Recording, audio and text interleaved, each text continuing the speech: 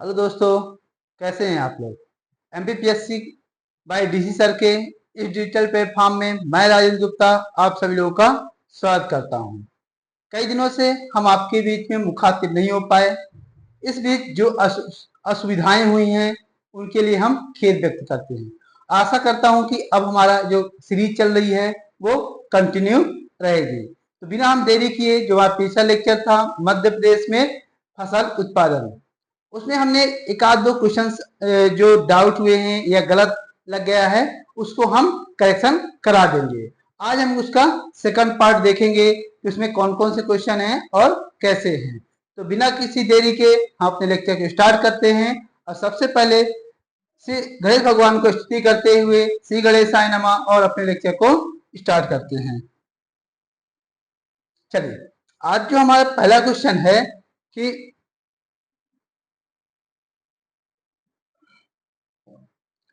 मध्य प्रदेश सरकार जैविक कृषि नीति कब जारी की।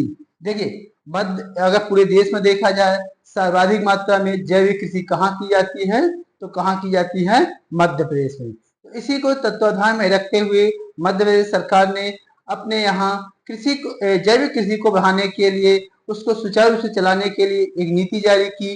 वो कब जारी की, सन 2011 में जारी कब जारी की, सन 2011 में जारी की। नेक्स्ट, जल दीप योजना किसके लिए संचालित की गई। देखिए, जल दीप योजना मध्य प्रदेश सरकार द्वारा सन 2006 में, कब, सन 2006 में संचालित की गई। और यह किसके लिए थी, यह मछुआरों के लिए। नेक्स्ट पॉइंट देखते हैं, मध्य प्रदेश सरकार द्वारा मत्स्य पालन विभाग की स्थापना कब की है। तो मध्य प्रदेश सरकार द्वारा मत्स्य विभाग में उसको और आगे बढ़ाने के लिए मध्य प्रदेश सरकार का यह एक लक्ष्य था कि किसान कृषि के साथ साथ पशुपालन एवं मत्स्य पालन पर भी ध्यान दे। इसी को ध्यान में रखते हुए मध्य प्रदेश सरकार द्वारा 1979 में, कब, 1979 में यह इस विभाग की स्थापना की गई। कौन सी, मत्स्य पालन विभाग की स्थापना की गई। आगे चलकर 1999 में मत्स्य महासंघ की स्थापना की गई। आगे चलकर इसे मत्स्य विकास बोर्ड की भी स्थापना की गई। आंसर क्या हो जाएगा हमारा, 1979। नेक्स्ट, कड़कनाथ मुर्गे जिसे जीआई टैग कब दिया हुआ है। देखिए, जो कड़कनाथ मुर्गा है वो मध्य प्रदेश में, मतलब पूरे भारत में प्रसिद्ध है। यह मध्य प्रदेश में पाया जाता है। मध्य प्रदेश में खासकर अलीराजपुर एवं झाबुआ जिले में पाया जाता है। ऐसा कहा जाता है कि इसका जो ब्लड है, खून है, वो काले रंग का होता है। यह पौष्टिक, सबसे ज्यादा पौष्टिक होता है। तो इसे जीआई टैग प्रदान किया गया है। कब किया गया है, 2018 में दिया गया है। कड़कनाथ मुर्गा मध्य प्रदेश के किस जिले में पाया जाता है। तो मध्य प्रदेश में किस जिले में पाया जाता है, अलीराजपुर जिले में पाया जाता है। नेक्स्ट, मध्य प्रदेश राज्य पशुधन एवं कुक्कुट विकास निगम की स्थापना कब की गई। देखिए, वही मध्य प्रदेश सरकार की यह मंशा थी कि किसानों के आय में कैसे वृद्धि की जाए। तो इसी को ध्यान में रखते हुए मध्य प्रदेश सरकार ने कि कृषि के साथ साथ पशुपालन एवं कुक्कुट विकास पर भी ध्यान दिया जाए। इसके लिए जरूरी था कि एक ऐसे विभाग की स्थापना की जाए जो इनके लिए ध्यान रखे, अलग से योजनाएं संचालित करे। तो मध्य प्रदेश सरकार द्वारा 19 नवंबर 1982 को यह विभाग की स्थापना की गई। कब, 19 नवंबर 1982। नेक्स्ट, निम्नलिखित में कौन सा युग्म असत्य है। चलिए, ऊन का उत्पादन शिवपुरी एवं टीकमगढ़ में सर्वाधिक होता है। तो देखिए, मध्य प्रदेश में जो ऊन का सर्वाधिक उत्पादन होता है वो कहाँ होता है, शिवपुरी में और टीकमगढ़ में होता है। अंडे का उत्पादन जबलपुर एवं भोपाल में सर्वाधिक होता है। यह भी कथन सत्य है, क्योंकि मध्य प्रदेश में जो अंडे का उत्पादन होता है वो जबलपुर और भोपाल में सर्वाधिक होता है। नेक्स्ट, मांस का उत्पादन भोपाल जबलपुर में सर्वाधिक होता है। यह भी कथन सत्य है। इसमें क्या हो जाएगा, सभी कथन सत्य है, मतलब कोई भी कथन असत्य नहीं है, सभी कथन क्या है, सत्य है। नेक्स्ट, दुग्ध उत्पादन में मध्य प्रदेश का देश में कौन सा स्थान है? देखिए, दुग्ध उत्पादन में मध्य प्रदेश का देश में तीसरा स्थान है। कौन सा स्थान है? तीसरा स्थान है। और मध्य प्रदेश में सर्वाधिक मात्रा में दुग्ध उत्पादन कहाँ होता है? मध्य प्रदेश के उत्तरी हिस्से में होता है। नेक्स्ट, मध्य प्रदेश में ऑपरेशन फ्लड की शुरुआत कब की गई? देखिए, जब हमारा देश आजाद हुआ तो जरूरत थी कि हम दुग्ध उत्पादन में कैसे आगे बढ़ाया जाए। तो गुजरात में आनंद मॉडल की शुरुआत हुई, जिसके माध्यम से लोग सहकारिता के आधार पर क्या क्या दूध का उत्पादन कर रहे थे। 1965 में डेयरी विकास बोर्ड की स्थापना हुई। इसी सब को ध्यान में रखते हुए मध्य प्रदेश सरकार द्वारा 1970 में, कब? 1970 में ऑपरेशन फ्लड की शुरुआत हुई। यह पहला चरण था। Next, Madhya Pradesh state dairy development corporation का गठन किस अंतरराष्ट्रीय संस्थान के सहयोग से किया गया? ये किसके द्वारा किया गया था? अंतरराष्ट्रीय विकास एजेंसी।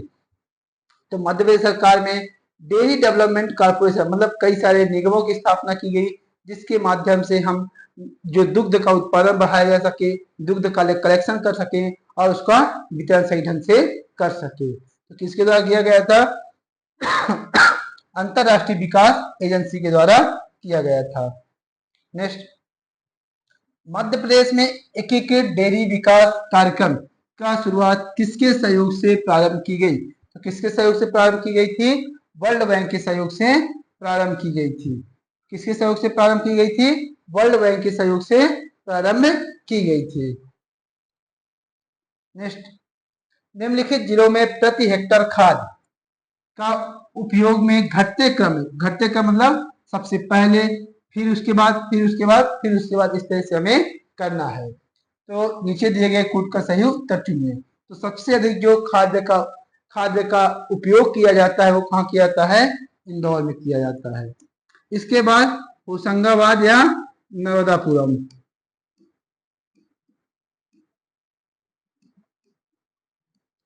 तीसरा मंडला, चौथा डिंडोरी। है कोई हमारे पास ऐसा ऑप्शन?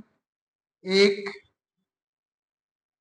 इंदौर, फिर नर्मदापुरम, फिर मंडला। तो हमारा आंसर क्या हो जाएगा? ए नंबर। जवाहरलाल नेहरू कृषि विश्वविद्यालय मध्य प्रदेश में कहाँ स्थित है? देखिए, यह मध्य प्रदेश का पहला कृषि विश्वविद्यालय था। इसकी स्थापना कहाँ की गई? जबलपुर में। कब? 1964 में किया गया। नेक्स्ट, मध्य प्रदेश में कुल कितने कृषि विश्वविद्यालय? तो मध्य प्रदेश में 2 कृषि विश्वविद्यालय हैं। कौन कौन से हैं 2? पहला है जवाहर कृषि विश्वविद्यालय,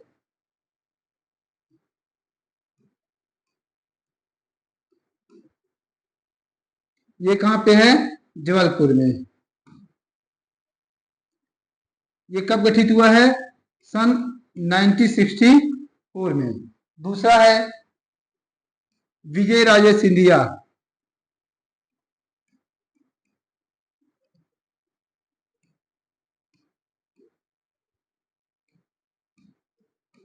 सिंधिया विश्वविद्यालय यूनिवर्सिटी।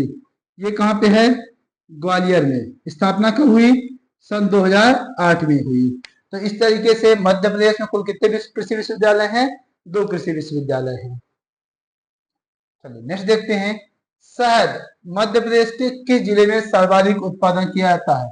देखिए, कृत्रिम तरीके से शहद का जो उत्पादन किया जाता है उसे एपी कल्चर कहा जाता है। इसको जिसके प्रोत्साहन में शहद के उत्पादन में सरकारों के द्वारा लगातार प्रोत्साहन दिया जा रहा है। तो ये सर्वाधिक मात्रा में कहाँ उत्पादन किया जाता है? मुरैना जिले में किया जाता है। मध्य प्रदेश सरकार ने मध्य प्रदेश कृषि लागत और विपणन आयोग का गठन कब किया है? तो कब किया है? सन 2017 में। मतलब कि मध्य प्रदेश सरकार ने जो कृषि लागत आती है उसके बारे में पता लगाने और उसके विपणन मतलब कि मार्केटिंग, बेचने के लिए सही व्यवस्था हो सके, इन सब चीजों के लिए मध्य सरकार ने 2017 में एक प्रयास किया है। मध्य प्रदेश में निम्नलिखित किस जिले में उर्वरक परीक्षण प्रयोगशाला नहीं है? तो कहाँ नहीं है? यह सागर में है। बाकी जबलपुर, भोपाल, इंदौर में है। मध्य प्रदेश में कपास अनुसंधान केंद्र कहाँ पे स्थित है? कपास अनुसंधान केंद्र कहाँ पे स्थित है? खरगोन में। इसके अलावा खरगोन में मुख्यतः 3 अनुसंधान केंद्र स्थित है। कौन कौन से? कपास,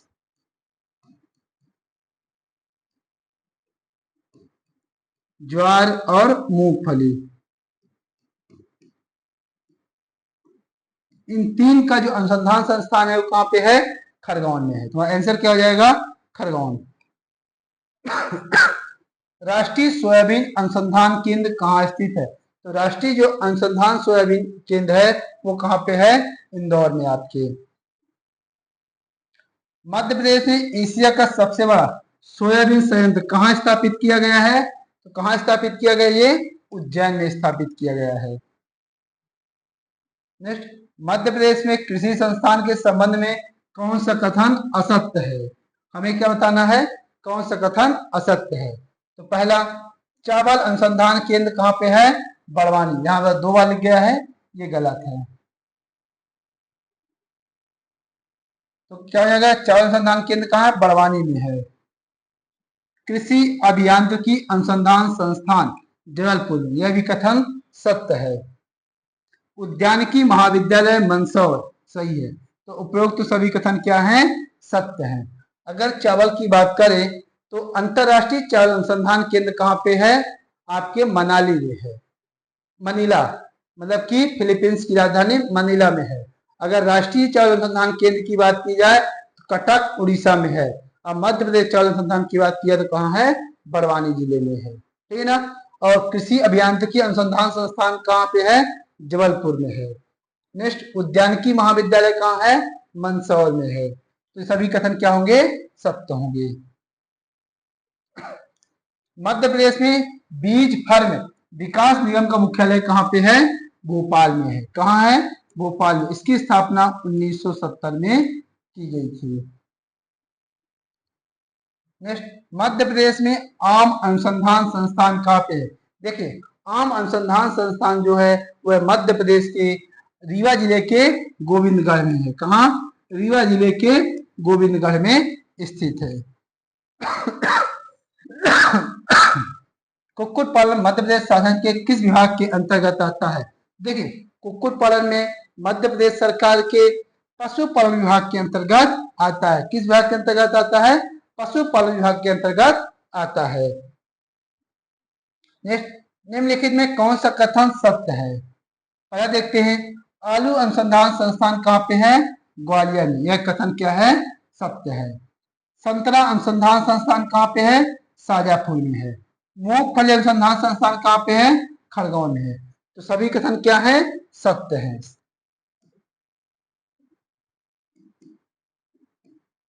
सभी कथन क्या है? सत्य है। देखिए, आलू अनुसंधान संस्थान ग्वालियर में, लेकिन आलू का सर्वाधिक उत्पादन कहाँ होता है? इंदौर जिले में होता है।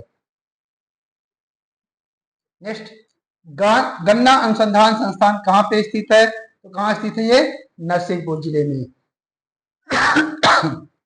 नेक्स्ट, केंद्रीय कृषि अभियांत्रिकी अनुसंधान संस्थान, तो केंद्रीय कृषि अभियांत्रिकी अनुसंधान संस्थान कहाँ पे है?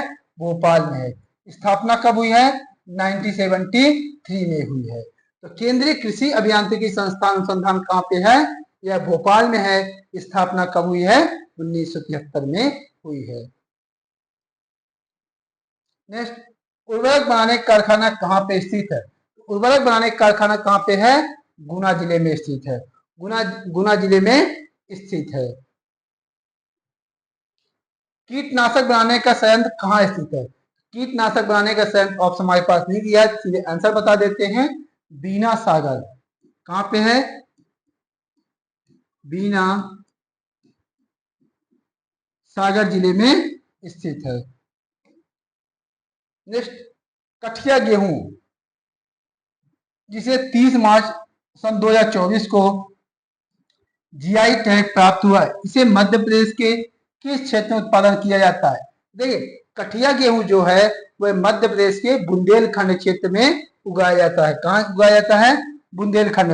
तो पूरे बुंदेलखंड, उत्तर प्रदेश का बुंदेलखंड और मध्य प्रदेश का बुंदेलखंड, जो पूरा बुंदेलखंड जो रीजन आता है उसमें कठिया गेहूं उत्पादन किया जाता है, जिसे 30 मार्च 2024 अभी रिसेंटली ही क्या किया गया है? जीआई टैग दिया गया है।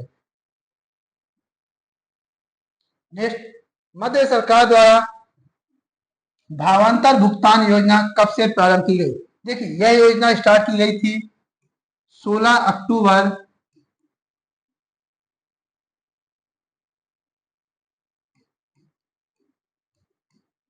अक्टूबर 2017 को सागर जिले के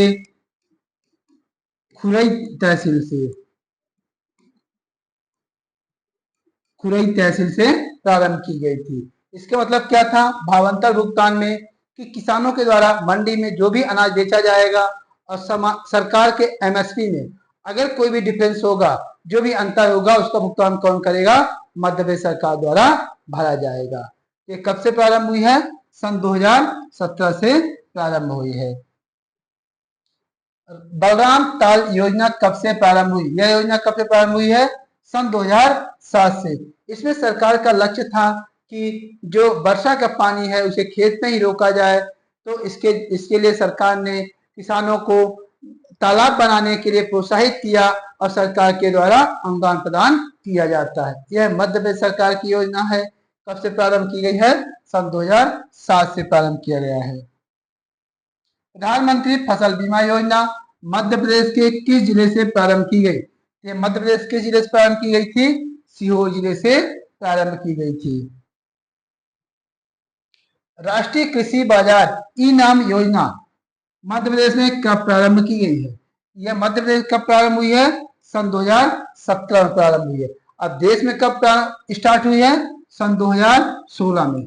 मतलब कि राष्ट्रीय स्तर पर पूरे भारत में यह सन 2016 में प्रारंभ हुई और मध्य प्रदेश में सन 2017 में प्रारंभ हुई है। और आंसर क्या हो जाएगा? सन 2017।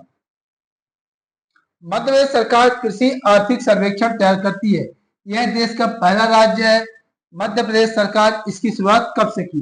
देखिए, मध्य प्रदेश सरकार पहला राज्य है जो कृषि के लिए अलग से आर्थिक सर्वेक्षण तैयार करती है कि हम कितने अधिक, पिछले साल हमारा कितना उत्पादन हुआ, कौन कौन सी फसलों में उत्पादन बढ़ा, कौन कौन सी घटा, इन सब चीज की जानकारी के लिए वो बजट में पेश करती है, आर्थिक सर्वेक्षण पेश करती है। ऐसा करने वाला मध्य प्रदेश देश का पहला राज्य है। इसकी प्रारंभ कब से हुई? सन 2012 से। कब से स्टार्ट हुई है? सन 2012 से। नेशनल फर्टिलाइजर लिमिटेड किसके सहयोग से संचालित किया जा रहा है? तो किसके सहयोग से संचालित किया जा रहा है? अमेरिका और इटली के सहयोग से संचालित किया जा रहा है। निम्नलिखित में कौन सा गौवंश ग्वालियर जिले में पाई जाती है? तो देखिए, जो मालवी जो है वो कहाँ? मालवा के रीजन में पाया जाता है। निवाड़ी जो है वो निमाड़ के रीजन में पाया जाता है। कनकथा कनकथा जो है यह ग्वालियर के क्षेत्र में पाया जाता है। ग्वालियर, मुरैना, भिंड इस क्षेत्रों में कनकथा पाया जाता है। जबकि जो गवालन है ये कहाँ पाया जाता है? नर्मदापुरम, नरसिंहपुर, हरदा इन क्षेत्रों में पाया जाता है। जमुनापारी किसकी नस्ल है? तो जमुनापारी किसकी नस्ल है? बकरी की नस्ल है। रानीखेत बीमारी किससे संबंधित है? किससे संबंधित है? मुर्गे से संबंधित है। तो आज हमारे क्वेश्चन इतने ही। आगे हम देखेंगे नेक्स्ट सीरीज में एक नया टॉपिक लेकर आएंगे, जिसमें हम और उसके जो हमारी एक सीरीज चल रही है उसको देखेंगे।